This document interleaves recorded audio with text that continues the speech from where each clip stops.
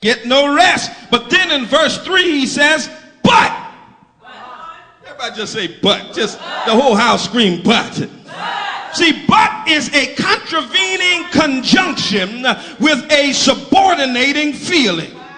What are you saying, Pastor? In other words, but is a conjunction. You know conjunction, junction. What's your function? It connects two phrases.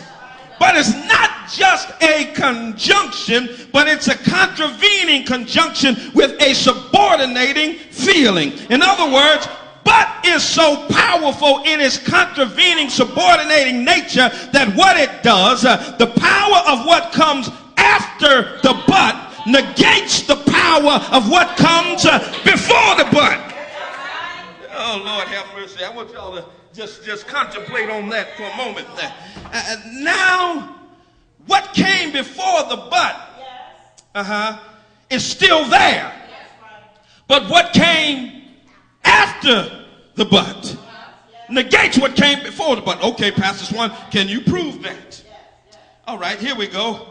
What came before the but doesn't have the power it would have if it were not for the but. I'm so glad I got a but in my life. Come on, somebody. Anybody else glad you got a but in your life? Because it negates the power of what came before my but. What came before my but showed up on the doorstep of my situation, but it doesn't have the power it would have had if it were not for the but showing up.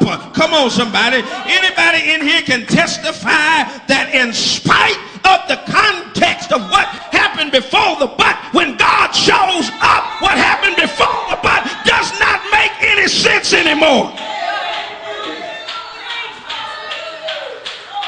I was drinking, come on somebody, Lord have mercy, a 12-pack a day, but God showed up. Oh, y'all ain't gonna help me preach in here today.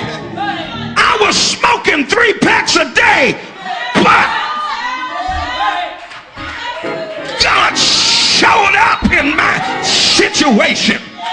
The doctor diagnosed me with a terminal illness, but Jehovah Rapha showed up. Is there anybody in here glad that a but showed up in your situation?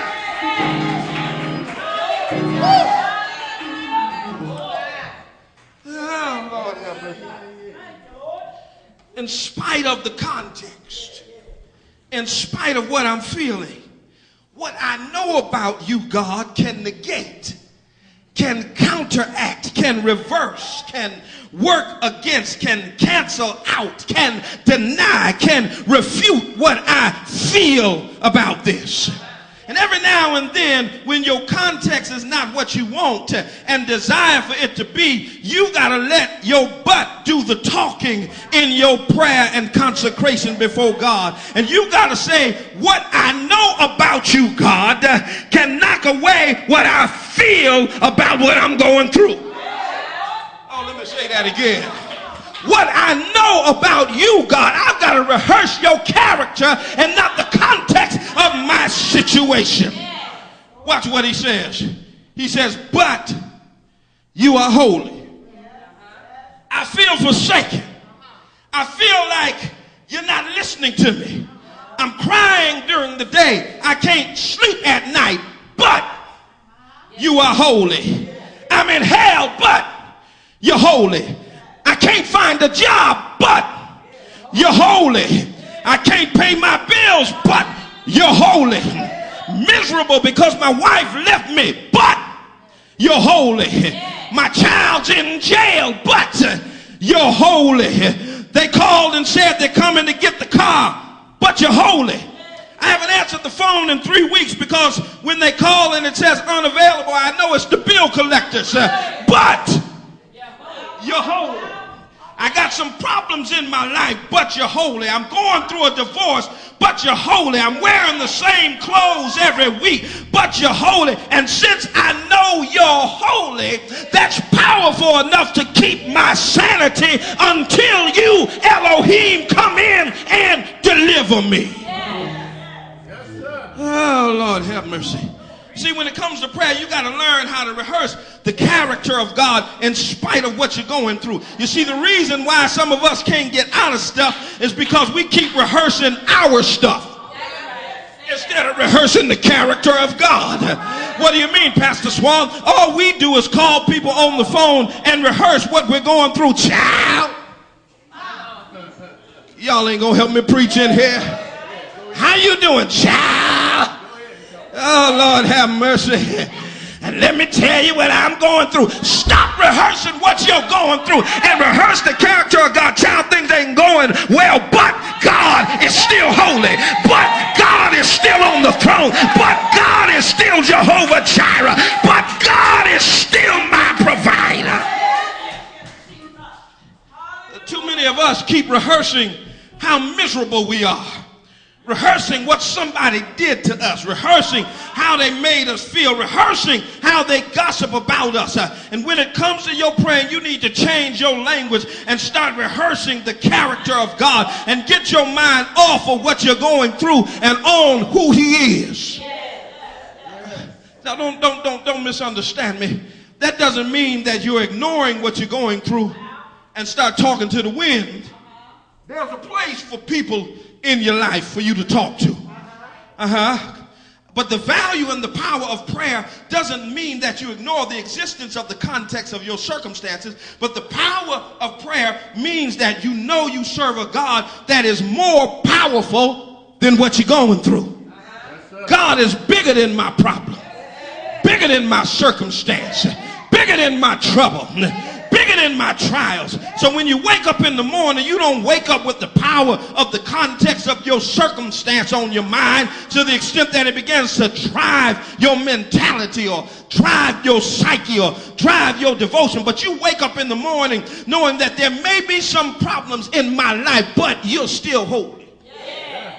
Holy means separate. It means unique. It means distinct. You must understand here Judaic thought and theology that to say that he is holy was to suggest that he was unique in thought, in deed, and in motives. He's unique and distinct in sacred thought. So that if you know that God is sacred in motives, then I won't blame God or act like the negative of my situation suggests something negative about God.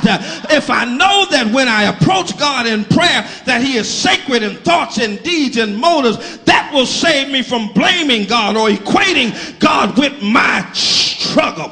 See, the word holy suggests that in some way God is seeking to manifest the beauty of his character in our context. Oh, so when I say you're holy, I'm identifying and ascribing the beauty of God's character in the midst of my context, even though my context does not make it look like it's beautiful. So when I keep rehearsing you're holy, eventually I will see God in it and God through it, and eventually I'll learn how to thank God for it. Oh, bless the name of the Lord. Now that's a hard one, Pastor Swan. How are you going to tell me to thank God for it? Because when I understand the character of God and that God is holy, I understand that all things work together for good to them that love God and are called according to his purpose. And if God is in it, then we already know that it's going to work out for our good. And I just stopped by long enough to help somebody here today. I want to encourage you in your prayer life to start rehearsing the character of God. Just start acknowledging who he is. God, you're holy. I'm broke, but you're wonderful. Oh my God, I'm sick, but you're the King of Kings. I'm going through, but you're mighty. God, I don't know how to make ends meet, but you're high and lifted up. You're glorious. You're awesome. And when you start rehearsing his character, you'll start to see his beauty in the midst of your burden. Oh, somebody ought to just scream, he's holy. He's holy. He's holy. He's holy. Somebody in here had a shut-off notice before you got here, but just scream, he's holy. He's holy. Some of you are going through with your children. They're flunking in school, got suicidal tendencies, facing the courts. But you ought to just scream, you're still holy. You're still